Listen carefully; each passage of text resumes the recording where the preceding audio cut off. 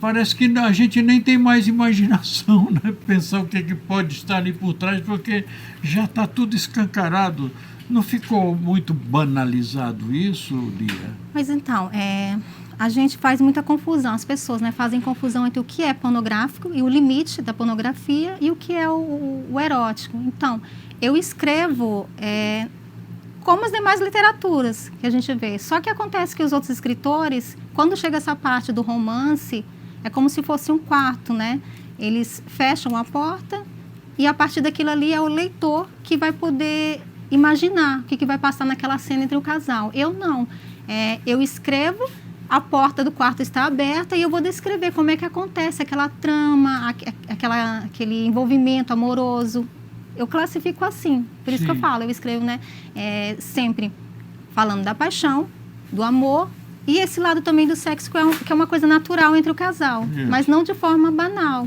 Porque a gente pode ver também que o preconceito é mais com as mulheres, em relação às mulheres quando escrevem nessa linha de literatura romântica. Por exemplo, o Jorge Amado e outros autores, o Bandeira, Mário de Andrade, eles escreveram poemas, né, literaturas que é aceita pela sociedade, foram aceitas pela questão de ter sido homens. Já a mulher, quando escreve, é levada como se fosse uma coisa assim mais sem importância, algo mais nessa linha mesmo de falando só de sexo mesmo, né? Mas não, normalmente um bom romance, quando ele é escrito, ele vai ter uma trama, né? Bastante eficaz, os personagens, ele também tem um bom desenvolvimento e a gente não vai estar só falando só do sexo. O sexo, ele vai ser um complemento dentro da história. Tem tudo isso.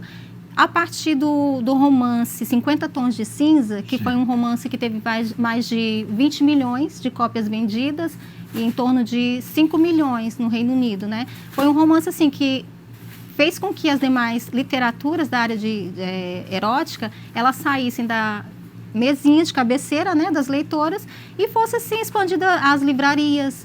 Porque até então, quando eu tive contato com o primeiro romance erótico, na década de 80 e 90, eu ainda era jovem, era aqueles que a gente via na banca de jornal. E normalmente a gente comprava escondido, né? Porque não era legal você, como mulher, também estar com uma literatura, um livro, com uma capa assim tão, muitas vezes assim, explícita, né? Então a gente vê tudo isso, que com os 50 Tons de Cinza, houve essa abertura. As mulheres também tiveram destaque na Bienal, quando a gente andou em 2015,